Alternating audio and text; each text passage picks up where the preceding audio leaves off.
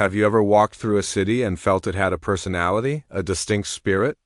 Not just the architecture or the energy of the crowds, but something deeper, an underlying philosophy that shapes the very soul of the place. C.S. Lewis, one of the great Christian thinkers of the 20th century, was deeply aware of what he called the unseen realities that operate behind the curtain of our world. He understood that ideas are not neutral and that cultures are shaped by powerful spiritual influences. Today, we're going to explore this concept, looking at 5 Canadian cities through a Lewis-inspired biblical lens. Not to condemn, but to discern. Before we begin, it's crucial to lay a foundation. The Bible speaks of spiritual realities influencing entire nations and cultures. In Daniel chapter 10, a heavenly messenger is delayed for 21 days by a spiritual entity called the Prince of the Kingdom of Persia. In Ephesians 6, Paul reminds us that our struggle is not against flesh and blood, but against rulers, authorities, and spiritual forces of evil in the heavenly realms. C.S. Lewis masterfully illustrated this in asterisk, the screwtape letters asterisk, where a senior demon advises his nephew on how to subtly guide a human toward damnation, not through grand, obvious evils, but through the slow, steady pressure of pride, distraction, and fashionable ideologies. Lewis argued that the most effective deceptions are the ones that feel like our own enlightened ideas. Now, a critical disclaimer, this video is not claiming that any city or its people are literally possessed by demons. We are not condemning the wonderful people who live in these places, many of whom are faithful believers serving God. Our purpose is to analyze the dominant asterisk spiritual climates asterisk and asterisk cultural ideologies asterisk, the prevailing ideas and values that C.S. Lewis would have identified as potential spiritual strongholds. We are examining the asterisk spirit of the age asterisk in these specific locations. Let's begin. Number 5, Vancouver, British Columbia. Vancouver is often celebrated for its stunning natural beauty and its focus on health, wellness, and environmentalism. It's a city where the physical and the spiritual often merge, but in a way that can subtly displace God. The dominant ideology here could be described as a form of modern pantheism, or what some call creation worship. The environment is held up as the ultimate sacred entity, and personal wellness, physical, mental, and spiritual, is the highest pursuit. This aligns with the biblical warning in Romans 1, where Paul speaks of those who worshipped and served created things rather than the Creator. When nature becomes our God and self-care becomes our salvation, we lose sight of the transcendent God who created both. How might C.S. Lewis see this? He would likely point to the subtle pride and self-reliance. A screwtape-style temptation would be to convince someone that their connection with the universe or their disciplined yoga practice is a purer, more enlightened form of spirituality than the humble, often messy act of submitting to a personal God. The relevant scripture is Colossians 2-8. See to it that no one takes you captive by philosophy and empty deceit according to human tradition, according to the elemental spirits of the world, and not according to Christ. Number 4, Montreal, Quebec. Montreal has a rich history, once known as the City of 100 Steeples for its deep Catholic roots. Today, however, it represents a post-Christian, secular intellectualism. The dominant spirit here is one of sophisticated cynicism and a celebration of radical autonomy. After the Quiet Revolution of the 1960s, Quebec society largely rejected the authority of the Church, replacing it with a fierce commitment to secularism and individual expression, often expressed through art and philosophy. This trend reflects a biblical pattern of rejecting divine authority in favor of human reason. Psalm 2 speaks of the nations who say, "Let us break their chains and throw off their shackles." This isn't just rebellion. It's a declaration of independence from God Himself. Lewis would likely see this as the adulthood complex. The temptation is to believe that humanity has come of age and outgrown the need for God, viewing faith as an outdated relic of a less enlightened time.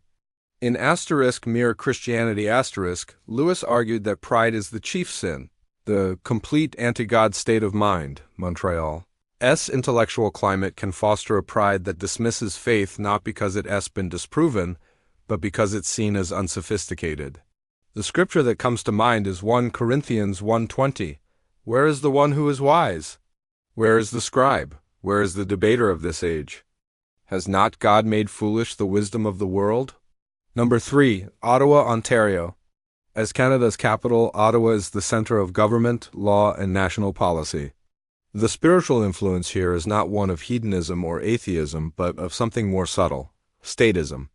This is the belief that the state, the government, is the ultimate authority and the primary agent for solving human problems, from poverty to injustice.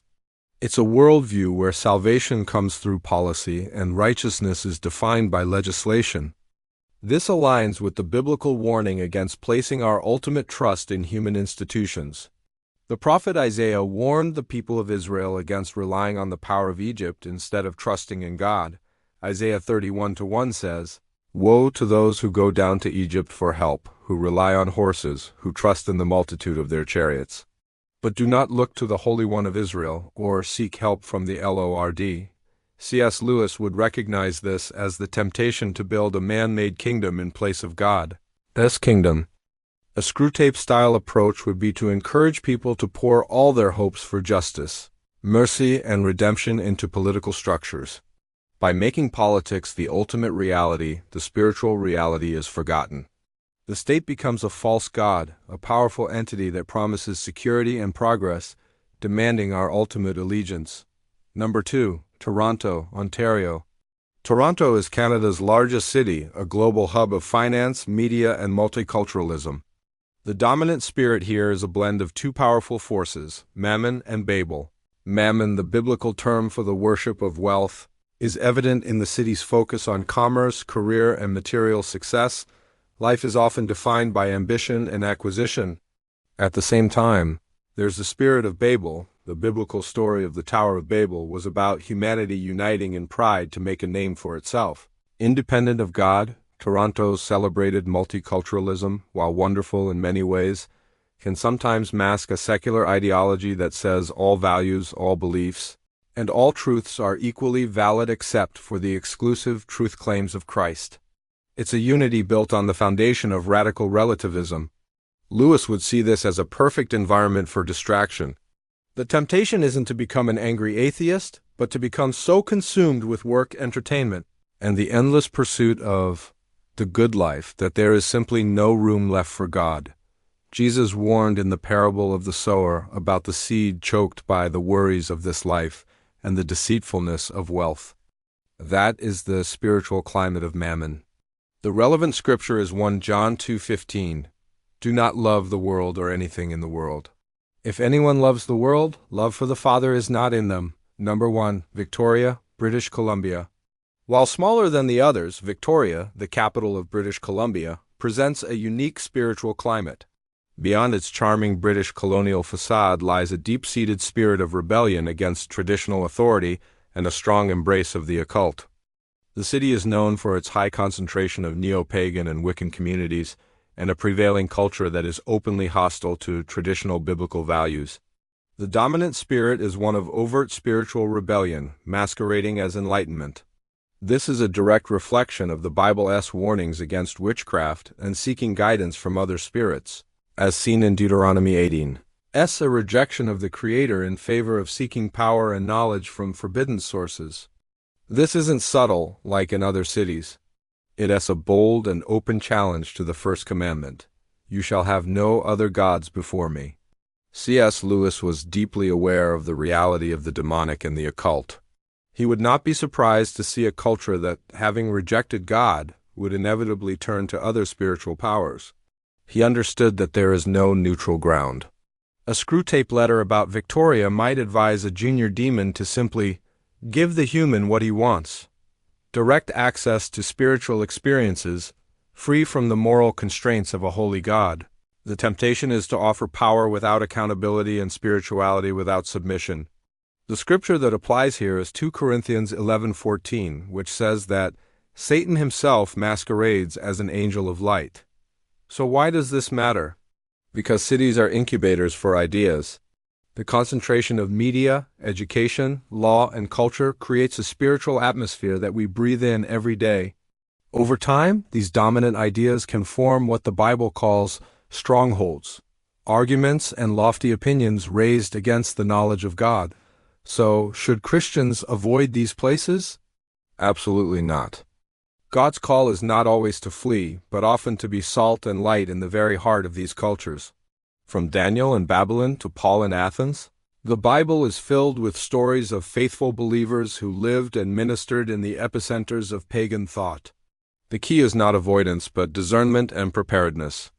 We must be aware of the spiritual climate we are in, just as a sailor must be aware of the currents. In the end, our hope is not in geography, but in the God who reigns over all nations. Jesus' authority is higher than any spiritual force, any cultural trend, or any human institution. Our calling is to be vigilant, to ground ourselves in Scripture, and to hold fast to the truth with both wisdom and grace. We are to be in the world, but not of it, shining as lights in the darkness, confident that the gates of hell will not prevail against the Church of Jesus Christ.